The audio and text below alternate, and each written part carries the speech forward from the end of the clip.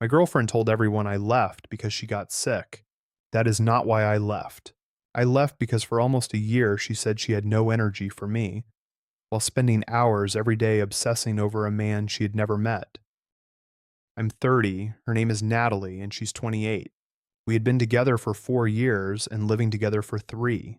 About 18 months ago, Natalie started having health problems. Constant exhaustion, headaches, joint pain. Some days she could function normally. Other days, taking a shower wiped her out. Doctors ran tests, but nothing gave her a clear answer. I believed her, so I adjusted. I did almost all the grocery shopping, most of the cooking, laundry, cleaning, driving her to appointments when she needed it. I stopped asking her to come hiking with me. I stopped suggesting late dinners. I even moved into the spare room because she said my alarm, and moving around at night made her sleep worse. None of that was the problem. She was sick. I understood that. The problem was that eventually there was almost nothing left between us. If I came home and asked how she was, I usually got tired. If I tried to cuddle her, she often said being touched hurt. If I suggested watching something together, she would say she could not focus. We had sex maybe once every 6 or 8 weeks. Again, I tried not to make that about me, but I started feeling less like her boyfriend and more like the person who kept the apartment running. Then a musician named Evan appeared on her phone. He was not famous. He had a small channel where he uploaded old acoustic performances and talked about recovering from addiction. Natalie showed me one of his videos. She said his story was heartbreaking. I watched it with her. He seemed talented, a little intense, nothing unusual. Then she showed me another video the next day, and another. Within a few weeks, Evan was everywhere. Natalie watched his old uploads repeatedly. She read every interview she could find. She joined a fan group. She found archived posts from years ago. She knew which songs he wrote during which relationships. She knew when he had gone to rehab. She knew the name of his dog. At first, I was actually glad she had found something that interested her. Then I noticed something I could not ignore. Natalie could tell me she was too exhausted to talk over dinner. 10 minutes later, she could spend 2 hours discussing Evan in a group chat. She could say she had no energy to watch a movie with me, then stay awake until 1 in the morning watching an old live stream of his. One Saturday, I asked if she wanted to sit outside with me for 20 minutes. She said, "I really can't today. I'm completely drained." I said, "Okay." An hour later, I walked past the bedroom and heard her laughing. She was on a video call with 3 people from the fan group. They stayed on for almost 3 hours. That night, I brought it up. I said, "I'm confused. You had no energy to sit with me, but you had energy for that." She immediately got defensive. She said, "Talking online is not the same as going out." I said, "I asked you to sit on our balcony." She said, "Why are you keeping score?" I told her I was not keeping score.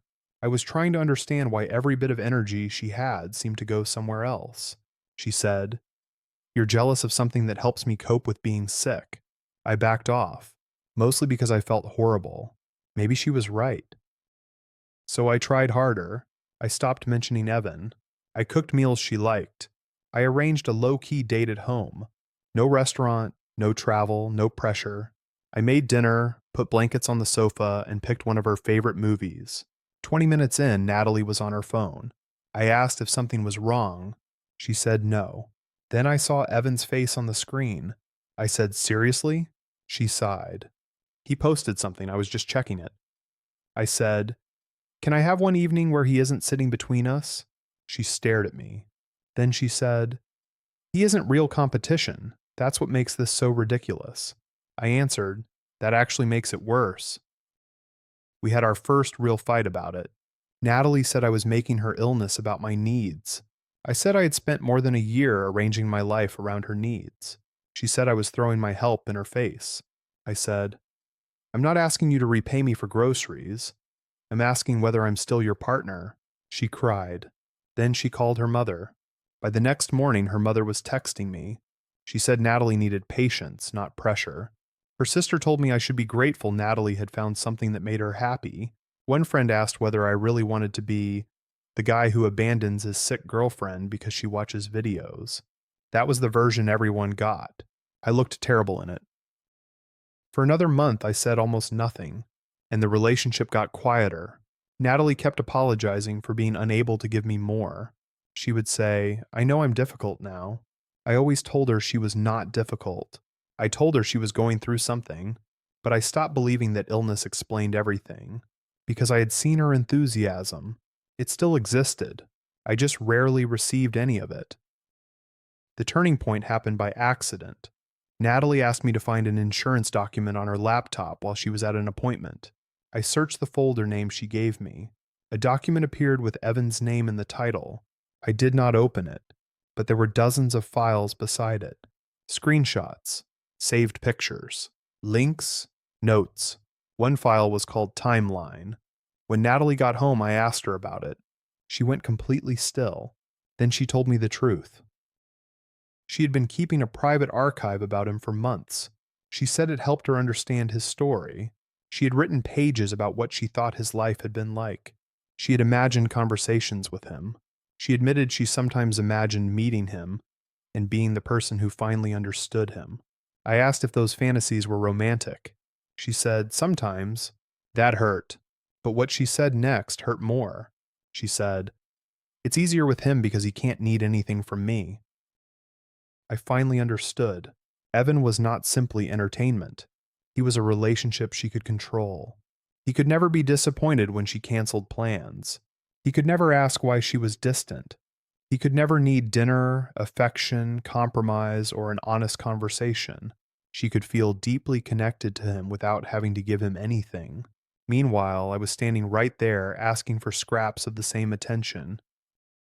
I said, "You keep saying you have nothing to give. You do. You're just giving it somewhere safe." She said that was unfair. I said, "Maybe, but I can't keep being punished for being the person who is actually here." She started crying. She said I was turning a coping mechanism into cheating. I told her I did not know whether it was cheating. I still do not. But I knew it had replaced something between us. Then she said something that almost made me stay.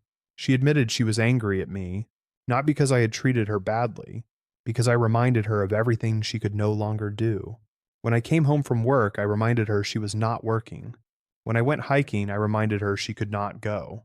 When I cleaned the apartment, I reminded her she had not cleaned it. Even when I was kind, she sometimes heard pity. Evan did not make her feel sick. He knew nothing about her. To him, she was nobody, and somehow that felt freeing. For the first time, I understood why she had pulled away. I also knew I could not live like that. I told her we needed to separate. She asked if I was seriously ending 4 years over a guy on a screen. I said, "No. I'm ending it because I have been alone in this relationship for a year." She said she could delete everything. I told her that was not the point. Then she asked the question I had been dreading. "What am I supposed to do without you?" I helped her call her mother. I gave her 6 weeks to arrange somewhere else to live. I kept paying my half of everything during that time. I did not throw her out.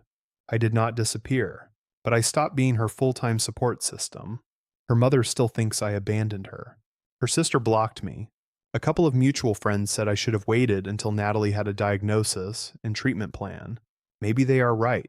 There is no good time to leave someone who is struggling. There is always another appointment, another bad week, another reason to wait. Natalie moved in with her mother 3 weeks ago. We have barely spoken. She sent me one message saying she deleted the Evan archive and left the fan group. I told her I hoped she did that for herself, not for me. She did not reply. I still love her. I also still feel guilty. Her illness was not her fault. Her exhaustion was not her fault. And I understand now why a one-sided attachment felt safer than a real relationship when she already felt like she was failing at everything else. But understanding someone does not automatically make the relationship sustainable. I do not think being sick means you owe your partner energy you genuinely do not have. But I also do not think loving someone means they have to accept being emotionally abandoned forever. That is the part people around us cannot agree on. Some think I left when Natalie needed me most. I think I stayed until being needed was the only role I had left. So I keep wondering, if someone cannot be your partner anymore because they are struggling, how long are you obligated to keep being theirs?